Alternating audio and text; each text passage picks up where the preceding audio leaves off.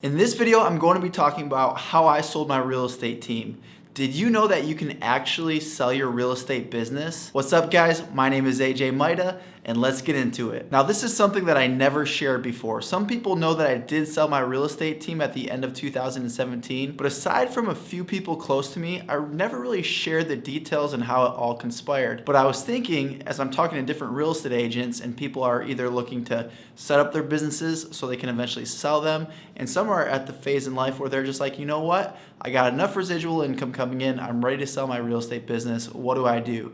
I thought that this video would help a lot of agents, so I'm finally sharing it. You know what's interesting? I find that a lot of real estate agents, myself included, get into the business for freedom. You know, we don't want a boss anymore. We want to control our own time. We eventually want what I call time freedom, location freedom, and you need financial freedom to accomplish those things. But as we get into real estate sales, we discover, hey, I'm doing it all myself. I'm working 60 hours a week. Sure, I'm making good money, but time freedom, forget about it. Location freedom, heck, location freedom to me looks like I'm on vacation a week out of the year, and when my kids are on the beach playing, I'm negotiating offers under the umbrella. That's no life. So eventually, as a top producing real estate agent, you sit back and start thinking, how do I get out of this grind? And typically the solution has been hire an assistant, then hire a buyer's agent, then hire another buyer's agent, then hire another buyer's agent, hire a listing agent, hire another admin, and now all of a sudden you got this business where you're managing people. Have you ever had to manage people before? I don't know about you, but a lot of time it can feel like herding cats. Oftentimes you can feel underappreciated even though you're the one putting up all the money, you're the one working the longest hours, and the stress can be through the roof. But that's been the only way for real estate agents to build it for a long time, so you might just find yourself in that situation now, and that's why I thought this video would be helpful, because that's where I found myself at the beginning of 2017. I quickly became one of the top producing real estate agents at my office, Keller Williams in Charlotte, and what I discovered selling close to 100 homes a year, I was no closer to freedom from when I started all the way back in 2013. Sure, selling close to 100 homes a year, the income was good. My time commitment, so-so, I was able to kind of scale back to on average about 30 hours a week, going on vacations. For the most part, I had leverage and could kind of unplug, but the reality is it was expensive. My overhead was $10,000, $15,000 a month between leads and admin and all that comes with it, and I never really felt like I was getting ahead.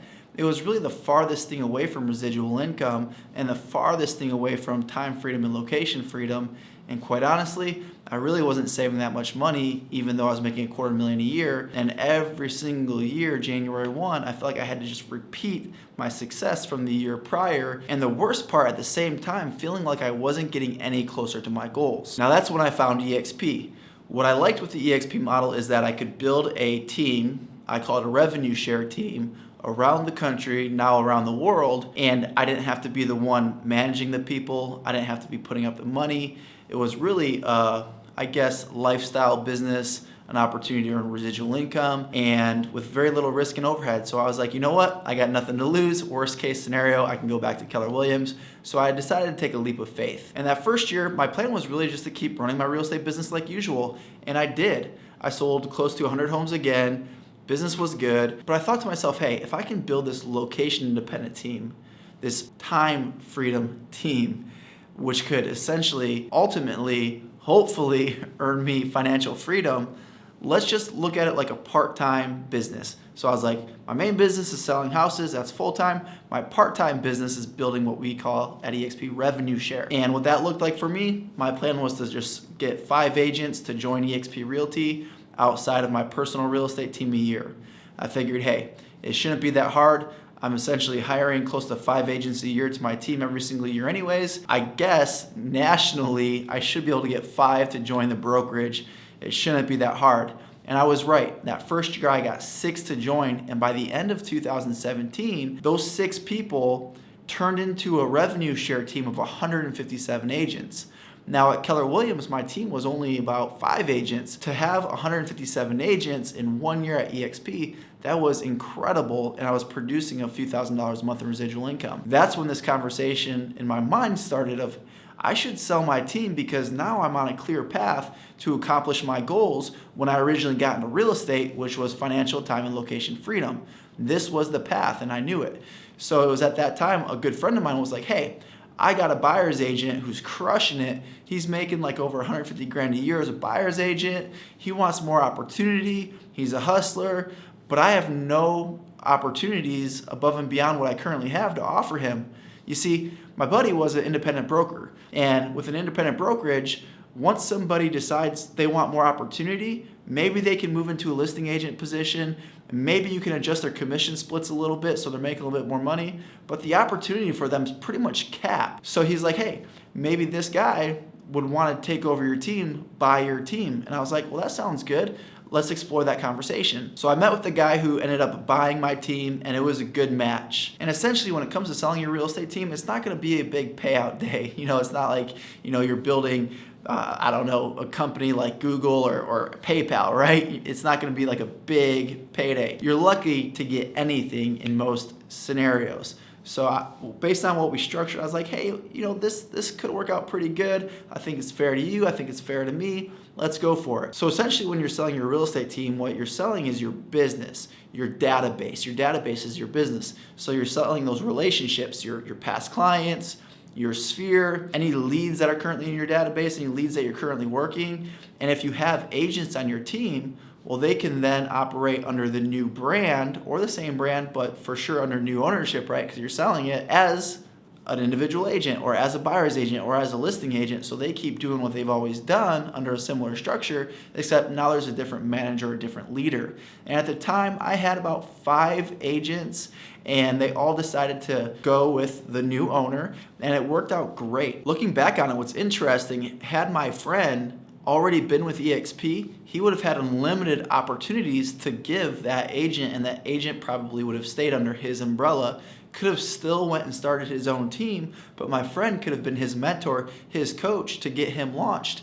And now that team would be under his brand, under his revenue share team, and he'd still be getting compensated. It's a huge challenge for teams, independent brokers, retaining good agents, because eventually everybody wants more opportunity. It's a natural career path, and you kind of got to wish them well. In fact, the average buyer's agent on a team only stays for about 2 years. So you spend your time, your money, your energy, blood, sweat, and tears training these people, investing into them, and they only stick around for 2 years?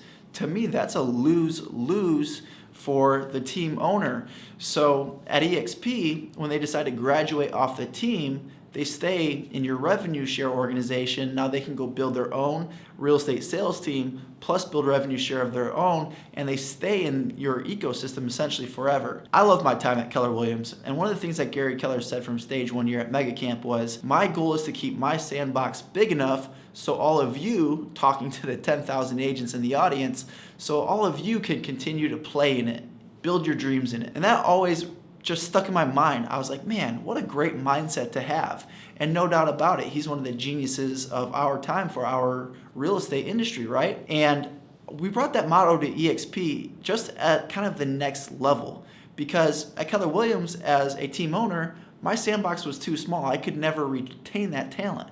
At EXP, all of us have that opportunity to retain that talent. So it's so cool that now I have this sandbox that everybody that comes into my world can play in forever. So let's talk about how I structured it and how it worked out, and then I'll give you some tips on how you can find somebody to take over your real estate business either now or in the future. It's very unlikely that you're going to find somebody that's going to give you a cash payout, because there's no guarantee on the business that will be generated from your database.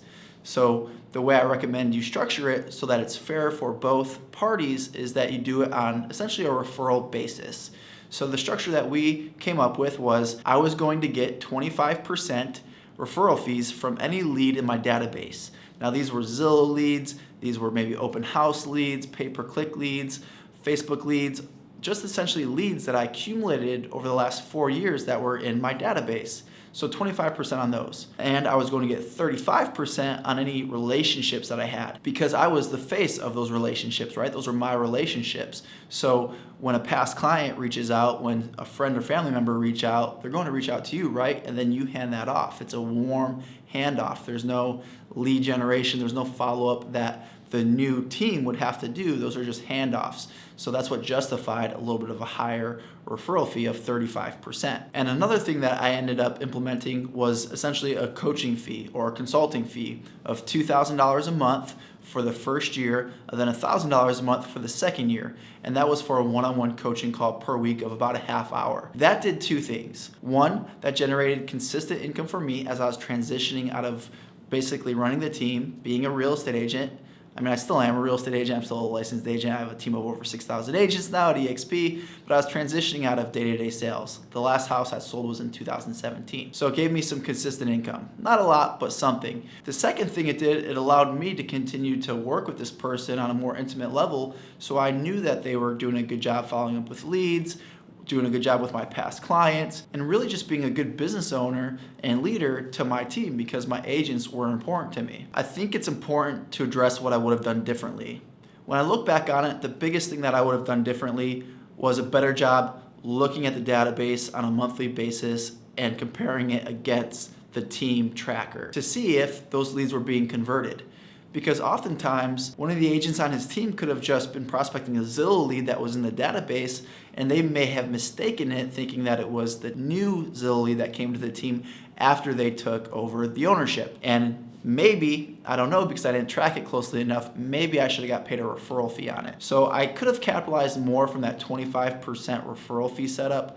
So if you decide to do something like this, just schedule a monthly meeting for 30 minutes to go over their business tracker, look at their SkySlope or Dot Loop, whatever system they have to internally track deals, and cross-reference all of the transactions they're closing for a 1, 2, 3 year period, whatever you have set up, whatever the terms are, to make sure that you're getting compensated fully. So how'd it work out? All in all, I made about $200,000 from the sale of my team, so nothing crazy, but you can't really expect much more than that. My team prior to him taking it over was doing about $600,000 a year in GCI. Now that prices have appreciated like crazy all around the Charlotte area, it'd probably be closer to $1 million. But like I said, it was a good business, but it wasn't a massive business. And it takes the person taking it over a lot of hard work to keep it going, a lot of hard work to grow it. They're really just taking over your database and maybe a couple of agents on your team. So in my mind, I'm happy with how it worked out. I think they're happy with how it worked out too. They've been able to grow that from a $20 million team to a $60 million team plus. Now, if you're looking for someone that you want to take over your team, I'd start talking to maybe some younger agents in your market. Maybe you're getting closer to retirement age. Start networking with some of the younger agents in your office. What you could do is approach some agents on other people's teams, start having conversations with them. Maybe they're looking for opportunity. What you could even do is reach out to those team leaders and start saying, hey, I'm looking to transition out of my business. I want somebody to take it over. Do you have anyone on your team right now that might be looking to make a change? And most team leaders are not going to be like my good friend and just say, hey, here's one of my agents. So you might have to sweeten the pot. You could say something like, hey, you know what? If one of your agents is looking for more opportunity and they end up buying my team, I'll pay you $1,000 a month for the next 12 months or whatever you think would be a good incentive for that team lead. You could start calling agents around your local area. You could put out some posts on your Facebook page. There's so many different things you could do to find people. It really shouldn't be that hard because at the end of the day, the person who takes over your team, buys your business, has nothing to lose.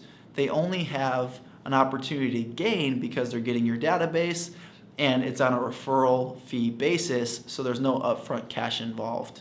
I know as a new agent, I would have loved that opportunity. So hopefully you found this helpful. Hopefully that gives you some insight into how I was able to transition out of selling real estate at the age of 31. You know, it's funny. There's a little joke we have at EXP and it's, have you ever been to a real estate agent's retirement party? And I'll tell you what, most agents end up selling real estate until they die. So if you're looking to live a life of freedom, travel, and do everything that you imagined you'd want to do with your family before you're at an age where you can really no longer enjoy it, well then selling your real estate team and building some residual income might just be the way to do it.